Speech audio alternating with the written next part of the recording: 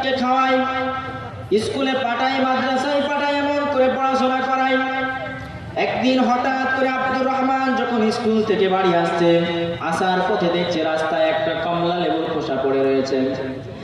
আব্দুর রহমান ওই কমলা লেবুর খোসাখানা কুড়িয়ে হাতের মধ্যে করে নিয়ে মায়ের কাছে এসে বলল, মা, আমি রাস্তার মধ্যে যেন একটা কি পড়ে পেয়েছি, দেখো। মা জননী হাতের মধ্যে তাকিয়ে দেখলো আব্দুর রহমানের হাতের মধ্যে একটা কমলা লেবুর খোসা আছে। মা জননী সহ্য না করতে পেরে অঝর নয়নে ঝরঝর ঝরঝর করে কান্না করতে শুরু করে দিল। আর আব্দুর রহমানকে ডেকে বলে, বেটা, তোমার হাতের ভিতরে যে কমলা লেবুর খোসাটা রয়েছে, ওই কমলা লেবুর খোসা তুমি কোথায় পেলে, কোথায় থেকে আনলে বলো। আব্দুর রহমান মাকে ডেকে বলল, মা, রাস্তার মধ্যে কমলা লেবুর খোসাখানা পড়েছিল, তাই নিয়ে আসলাম। মা, এই যে কমলা লেবুর খোসা রাস্তার মধ্যে পেলাম গো মা, এই ফলটা তো পৃথিবীতে কোনোদিন আমি খেতে পাইনি। মা, তোমার কাছে একটু আমি আবেদন করব, তুমি কি আমাকে একটা কমলা লেবু কিনে দেবে? মা জননী অজর নয়নে কান্না করে আর বলে, আব্দুর রহমান, দুনিয়াতে তো রাব্বা নাই, আমার কাছে তেমন টাকা পয়সা নাই যে আমি তোকে সঠিকভাবে লালন পালন করব। মানুষের বাড়িতে কাজকর্ম করে যা টাকা পয়সা পাই, যা অল্প কিছু টাকা পয়সা পাই, ওই টাকাগুলি নিয়ে এসে তোমাকে খাওয়াই, পড়াই, স্কুলে পাঠাই। কিন্তু এই যে ফলটা, এমন করে আমি কিছু টাকার প্রয়োজন হবে ফলটা কেনার জন্য, ওই রকম টাকা তো আমার কাছে নাই গো আব্দুর রহমান।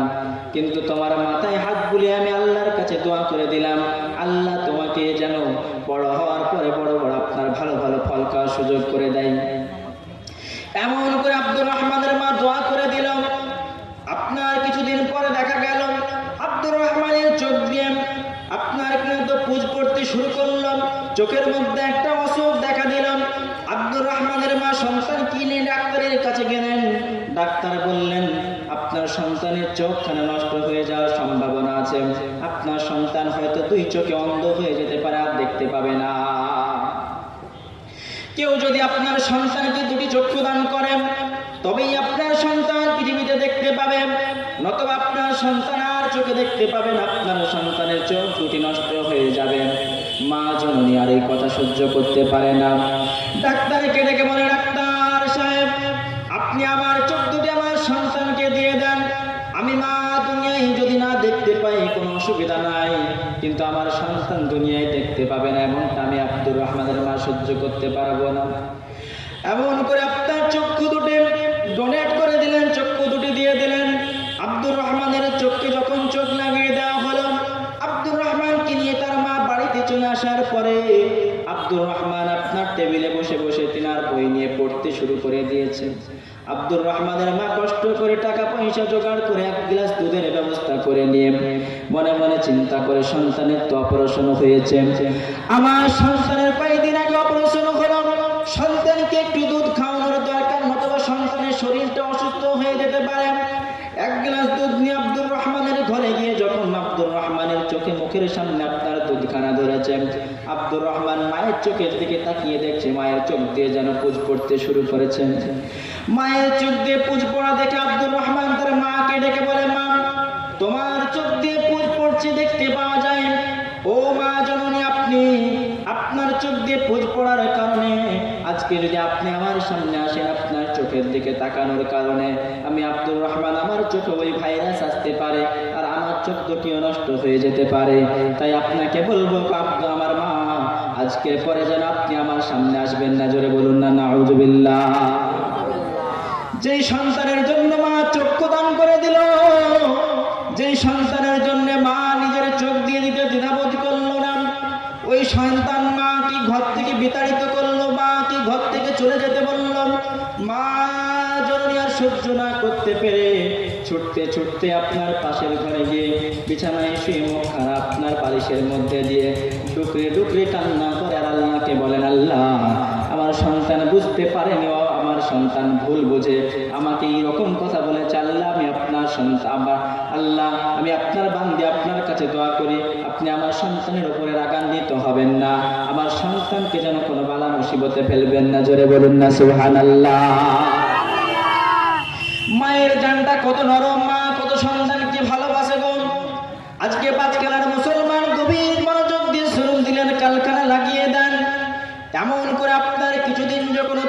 হতে শুরু করল। আব্দুর রহমান নিজের গ্রাম থেকে বিদেশে চলে গেল পড়াশোনা করানোর জন্য।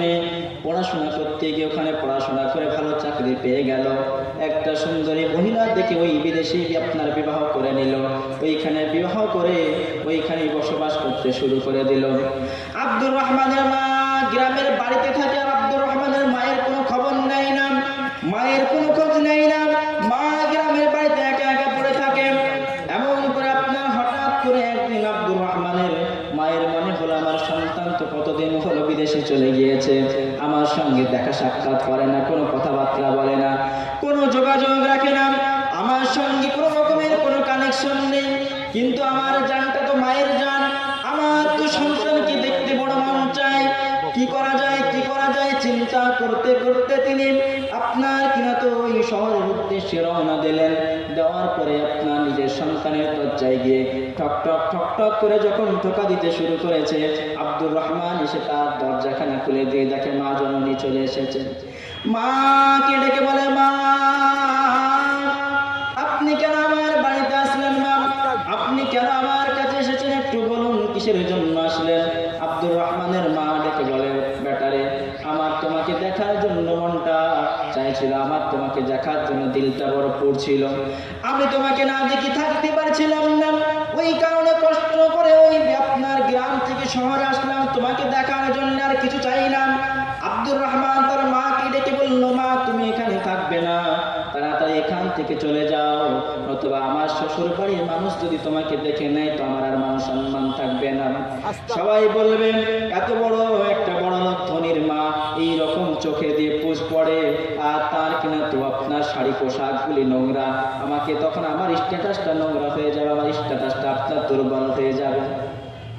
এই বলে মাকে বাড়ি থেকে বিতাড়িত করতে চায়।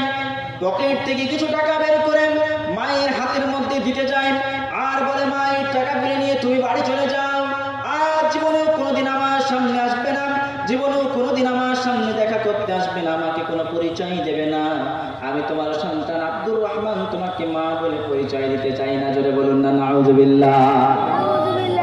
আজকাল মুসলমানবাসী গভীর মনোযোগ দিয়ে শুনুন।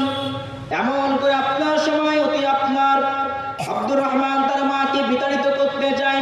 আব্দুর রহমানের মা ঝরঝর ঝরঝর করে চোখ দিয়ে পানি ঝরিয়ে দিয়ে এমন করে কান্না করতে শুরু করে দিয়েছে, আর সহ্য করতে পারে না।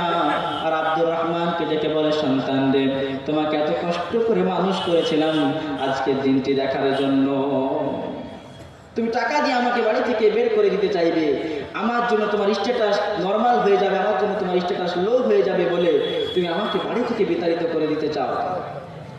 এমন সময় আব্দুর রহমানের স্ত্রী ঘর থেকে বেরিয়ে এসেছেন। আসার পরে আব্দুর রহমানকে ডেকে বলে, স্বামী অনেকক্ষণ থেকে দেখছি বৃদ্ধা মহিলার সঙ্গে তুমি কথোপকথন করেছো, এই বৃদ্ধা মহিলার সঙ্গে তুমি কথাবার্তা বলছো। ও আমার স্বামী বলে, এই বৃদ্ধা মহিলাকে, এই বৃদ্ধা মহিলা তোমার কে হয় বলো? আব্দুর রহমান তখন তার স্ত্রীকে ডেকে বলছে, আমার স্ত্রী শোনো, এই মহিলা হলেন আমার যে গ্রামে বাড়ি আছে ওই বাড়ির চাকরানি। জোরে বলুন না নাউযুবিল্লাহ। মাকে চাকরানি বানিয়ে দিল।